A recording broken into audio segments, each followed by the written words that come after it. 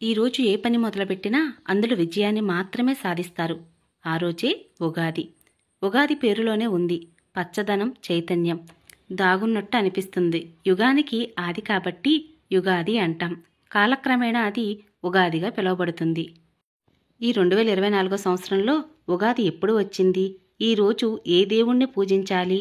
ఈ ఉగాది తెలుగు నూతన సంవత్సరం పేరేంటి? ఉగాది యొక్క విశిష్టత గురించి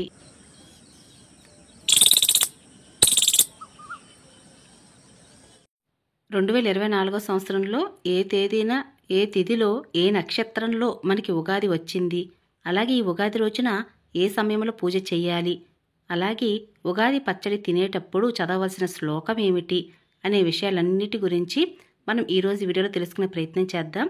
వీడియో ఎక్కడ స్కిప్ చేయకుండా చివరి వరకు వినండి. కోయిలమ్మ కుహు కుహు రాగాలతో మొదలయ్యేది చైత్రమాసం. చైత్రమాసం శుక్లపక్షం పాడ్యమి తిథి రోజున ప్రతి సంవత్సరం ఉగాది పండుగ జరుపుకుంటాము. అదంతా తెలుసండి. 2024 సంవత్సరంలో ఏ డేటు, ఏ వారంలో అనే విషయానికి వచ్చినట్లయితే ఏప్రిల్ 9వ తారీఖు మంగళవారం నాడు 2024 సంవత్సరంలో ఉగాది వచ్చింది. ఉగాది అనగానే మనకి ముందుగా గుర్తుకు వచ్చేది తెలుగువారి పండుగ. ఈ ఉగాది నుండి తెలుగు నూతన సంవత్సరం మొదలవుతుంది. అనగా కొత్త సంవత్సరంలో మొదటి పండుగ ఉగాది. అసలు ఉగాది అనే పేరు ఎందుకు వచ్చింది, విశిష్టత ఏమిటో ఒక్క నిమిషం తెలుసుకునే ప్రయత్నం చేద్దామా మరి. ఉగాదినే యుగాది అని అంటారు. 2 పదాల కలయిక. యుగం అంటే వయస్సు మరియు ఆది అంటే ప్రారంభం, ఒక శుభ సందర్భం. ఈరోజు ఎంతో ఉత్సాహంతో పండుగను జరుపుకుంటారు. చైత్రమాసం శుక్లపక్షం పాడ్యమి రోజున ఆ విధాత ఈ జగత్తును సృష్టించాడని నమ్ముతారు. సోమకుడు వేదాలను తస్కరించిన కారణంగా మత్స్యావతారం ధరించిన విష్ణువు అతడిని సంహరించి వాటిని తిరిగి బ్రహ్మదేవుడికి అప్పగించిన సందర్భంలో ఉగాది ఆవరణలోకి వచ్చిందని పురాణాల ప్రతీతి. చైత్రశుద్ధ పాడ్యమి రోజున సూర్యోదయం వేళల్లో బ్రహ్మదేవుడు సృష్టిని సృష్టించాడని అంటారు. అంతేకాకుండా వసంత ఋతువు కూడా ఈ రోజు నుంచే ప్రారంభమవుతుంది.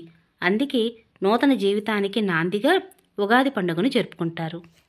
ఇంతటి విశిష్టత కలిగినటువంటి 2024 సంవత్సరంలో వచ్చే కొత్త సంవత్సరం పేరేంటి అంటే శ్రీ క్రోధినామ సంవత్సరం. ఈ నామంతో పిలువబడుతుంది. ఉగాది 2024 సంవత్సరంలో శ్రీ క్రోధినామ సంవత్సరం ఉత్తరాయణం, వసంత ఋతువు, చైత్రమాసం, శుక్లపక్షం, పాడ్యమి తిథి ప్రారంభం.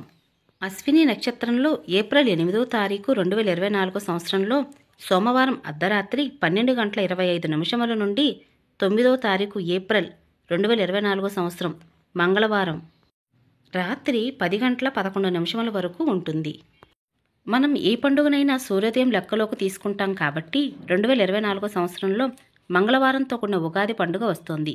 ఈరోజు చాలామంది కొత్తగా పనులు మొదలు పెట్టాలి అనుకునేవారు ఈరోజు మొదలు పెడతారు. అనగా కన్స్ట్రక్షన్, బిజినెస్ స్టార్ట్ చేయటం, ప్రాపర్టీలు ఏమన్నా కొనాలనుకున్నవారు ఈరోజు ఒక మంచి శుభదినంగా పరిగణిస్తారు. అందుకు గాను శుభ సమయం గురించి తెలుసుకుందాం మరి. ఏప్రిల్ 9వ తారీఖు ఉదయం 6:50 మొదలైనటువంటి శుభదినం ఉదయం 8:20 వరకు ఉంది. మధ్యాహ్నం అయితే 12 గంటల నుండి 1 గంట వరకు శుభ సమయం ఉన్నది.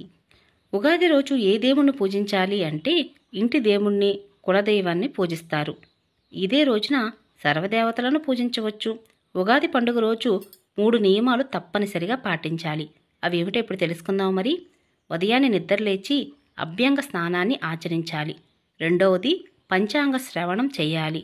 3వది ఉగాది పచ్చడిని సేవించాలి. ఈ 3 నియమాలు తప్పనిసరిగా ఈ రోజున పాటించాలి. ఉగాది పచ్చడి యొక్క ప్రాముఖ్యత గురించి కొంచెంగా తెలుసుకునే ప్రయత్నం చేద్దాం మరి. ఉగాది రోజు ముఖ్యమైన వంటకం ఉగాది పచ్చడి.